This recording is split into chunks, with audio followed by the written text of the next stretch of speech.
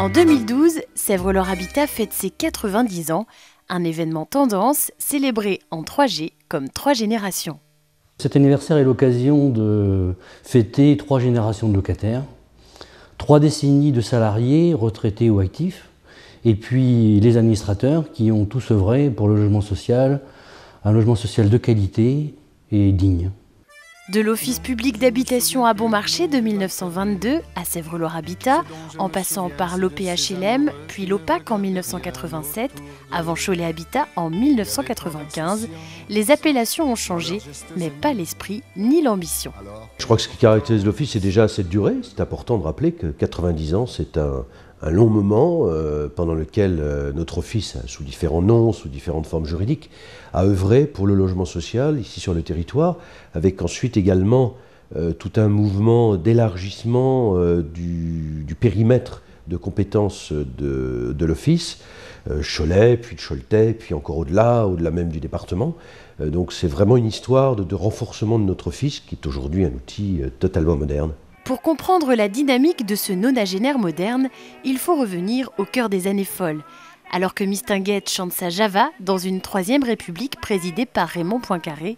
À Cholet, l'Office public d'habitation à Bon Marché, né le 22 septembre 1922, construit ses premiers logements.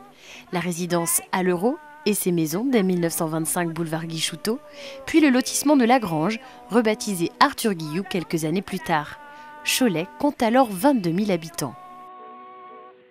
Touché par les conséquences de la crise économique de 1929, puis par celle de la Seconde Guerre mondiale, l'agglomération choletaise entre à partir des années 40 dans une grave crise du logement. En 1946, l'autorité militaire met à la disposition de l'Office les 3 principaux bâtiments de la caserne Tarot désaffectés, une première cité HLM pour la ville, complétée par des constructions rue Jacquard, cité de l'aérodrome et route du Puy-Saint-Bonnet. Et tandis que la 4e République vit ses dernières années, dans un pays bercé par les débuts du rock'n'roll, l'Office public d'habitation à Bon Marché devient Office public d'habitat à loyer modéré, HLM, 3 nouvelles lettres qui accompagnent les premières grandes opérations de construction dans la ville, Montfort, Delattre de Tassigny, mais aussi le Bostangy ou le Chiron, dont certains locataires se souviennent très précisément. C'est le cas de Simone et Yves Tétot qui ont intégré l'un des logements fraîchement livrés en 1959. Ils ont alors 25 ans et passeront plus de 50 ans au premier étage du Champ du Chiron, dans un environnement au paysage entièrement remodelé au fil des années. Quand on est rentré, c'était que des champs. Et la rue Henri Robert qui était devant, c'est tout. Mais autrement, on a vu, c'était que des champs. Oui, les gamins, ils allaient jouer dans les champs. Puis le paysan, il les faisait galoper pour sortir du champ. Quelques années plus tard, Simone et Yves voient s'ériger les premières tours de ce qui deviendra la cité Laurent Bonnevet. 1000 logements au sud, précédés à l'est de la ville par plus de 200 premiers logements de l'autre cité, Favreau. Eliane Lefrère, locataire depuis 52 ans, était, elle aussi, aux premières loges.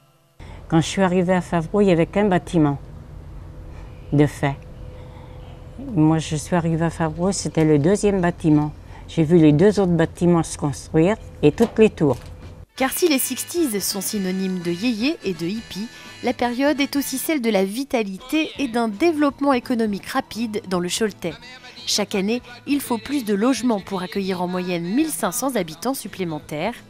Une expansion verticale, industrialisée, et cela va se poursuivre avec la construction du quartier Bretagne, la restructuration du quartier Saint-Pierre, qui donne naissance au Câlin, mais aussi l'urbanisation du secteur des Turbaudières, à travers la Colline, Villeneuve et Clairefontaine. Nous sommes à la fin des années 70. Jean-Claude Bénard, jeune élu, devient alors administrateur de l'Office. Cette période a duré environ jusqu'aux années 90. En 90, on a 95, donc c'est l'élection de Gilles Bourdoulex, et là, dans le cadre de ce mandat municipal, j'étais donc président de Sèvres-Leur Habitat, et on a construit un certain nombre d'opérations dans les quartiers du centre-ville. La ville nous avait mis à notre disposition un certain nombre de terrains pour permettre de répartir un peu plus le logement social dans les quartiers. Si les années 80 marquent le début d'une nouvelle phase, celle des réhabilitations, c'est aussi la naissance d'une autre identité en 1987, avec la transformation de l'office HLM en OPAC, Office public d'aménagement et de construction à la vocation régionale, et l'élargissement de l'offre locative aux Mauges chaultaises. Les besoins étant satisfaits, on parle désormais qualité, confort et cadre de vie. Et cela se voit concrètement dans le paysage chaultais. Arrivé en 1991, dans l'un des appartements de la rue Saint-Corentin, dans le quartier Bretagne, Jackie Lambrun profite quotidiennement de ce nouveau visage. J'ai aménagé d'ailleurs, c'était les travaux qui commençaient dans les tours. Bon, on peut dire quand même que le quartier, petit à petit, au fil des années, s'est amélioré. Je ne sais plus ce que c'était maintenant. On voit les bardages, tout est refait à neuf, les alentours. Et surtout dans le site où nous nous situons actuellement, là, qui était donc, qu'on appelle toujours le site du Bostangy. Bon, maintenant, avec ces 25 maisons, c'est quand même un quartier qu'on peut dire que Sèvres-Loire Habitat a fait du travail, quoi. Restructuration, mixité, rénovation urbaine et désormais développement durable, voilà quelques-uns des mots-clés qui guident l'action de Sèvres-Loire Habitat depuis la fin des années 90. Un engagement auprès de toutes les générations, des étudiants aux personnes âgées, dans un souci constant d'économie d'énergie.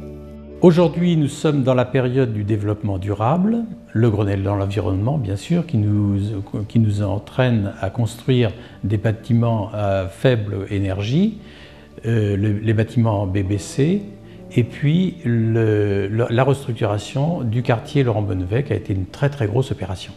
Une très grosse opération pour un quartier devenu Jean Monnet, qui n'est plus tout à fait le même, ou le long des parois des Turbaudières, entièrement transformées dans le fond comme dans la forme. Sans oublier tous les projets neufs, à l'image de la résidence Lormeau à Saint-Christophe-du-Bois, au sein de laquelle Simone et Yves Thétot ont emménagé l'an dernier. Une nouvelle vie où tout a changé pour le couple après 50 ans de location au Chiron. La grandeur de la maison, la petite terrasse qu'on avait un balcon, les chambres plus grandes, la salle de bain superbe, la cuisine superbe, enfin c'est qu'un rêve. Isolation thermique et équipements repensés dans l'existant, innovation et nouvelles formes d'habitat pour les constructions de demain. Rêver, c'est informer l'avenir, disait Gérald Deneveu. Alors que peut-on souhaiter à Sèvres-Loire Habitat pour le prochain centenaire ? L'amélioration, disons, des logements, disons, bon, ce qui a été fait sur Jean Monnet maintenant et actuellement sur les Turbaudières où on est en train de refaire l'isolation de façon à diminuer les charges de chauffage. Donc on peut souhaiter continuer dans ce sens-là. C'est très important, quoi, parce que les charges de chauffage, comme on voit que le gaz va encore augmenter, l'électricité aussi, donc c'est vrai que c'est une charge importante, disons, maintenant dans le logement, quoi. Il n'y a pas que le loyer, il y a aussi le chauffage. Donc essayer de faire des économies aux familles, en améliorant l'isolation. Souhaiter qu'il reste... que ça existe toujours, parce que c'est très très important. Il faut dire pour la population, c'est quand même important qu'il y ait des logements sociaux. Qu'ils continuent à faire des belles maisons, des résidences pour les personnes âgées, tout ça. Je pense qu'à l'avenir, beaucoup de gens aiment les petites maisons, ils se sentent bien. Ils ont leur petit coin de verdure et c'est vrai que c'est agréable. On en a besoin. Il y a beaucoup de gens qui n'ont pas les moyens de s'acheter, eux, une maison et qui ont besoin d'être... on a besoin de HLM, on a besoin de... Là, on peut pas se le nier. Dans les 90 ans, il faut espérer qu'on aura les 100 ans et qu'on aura autant de beaux trucs à raconter avec l'évolution qu'ils ont fait et puis que Sèvres-Loire Habitat se porte bien, quoi, parce que je souhaite une longue vie à Sèvres-Loire Habitat, voilà. Sèvres-Loire Habitat donc, a toujours su s'adapter au fur et à mesure des temps qu'il a connus depuis 1922. Moi, je souhaite que Sèvres-Loire Habitat continue et je suis convaincu qu'il continuera. Il a une capacité d'adaptation à construire sur le territoire de la communauté d'agglomération et sur les Mauges, territoires voisins. Je crois qu'il faut souhaiter de continuer ce renforcement, tout simplement, et continuer surtout à répondre aux attentes de la population qui a besoin, d'une manière temporaire ou durable pour un passage vers l'accession à la propriété par exemple, ou plus durablement pour un certain nombre de raisons, de ce type de logement, qui, j'aime à le rappeler, à chaque fois que nous avons des inaugurations, sont aujourd'hui des logements de grande qualité. Il faut vraiment le dire très, très fortement parce que pendant longtemps, les logements HLM ont eu l'image de logements qui étaient faits peut-être avec des moyens plus limités, ce qui fait que la qualité n'était pas au rendez-vous, le confort était moins présent. C'est totalement faux aujourd'hui. À chaque fois que j'ai l'occasion de visiter des logements qui sont créés, construits par Sèvres Habitat, avec bien évidemment les lumières apportées par les architectes et l'ensemble des entreprises qui travaillent, on constate que ces logements sont d'une grande qualité, d'un grand confort, bien conçus, de manière très fonctionnelle, et je pense que ça c'est un élément qu'il faut poursuivre et encore une fois continuer à répondre à cette attente de la population qui a besoin de ces logements, attente aussi de la population des communes et des responsables des communes également qui sont nos partenaires premiers dans la construction du logement social. Le vœu que je formule pour Sèvres Habitat, c'est de poursuivre la politique actuelle. Politique au service des habitants pour préserver le modèle social. Ce modèle social protège encore les plus démunis, les plus fragiles sur notre territoire, ce qui n'est plus très vrai dans les grandes métropoles. Tous mes vœux au personnel qui m'entoure au quotidien, tous mes vœux au président et au conseil d'administration, et tous mes vœux bien sûr à l'ensemble des locataires de l'office.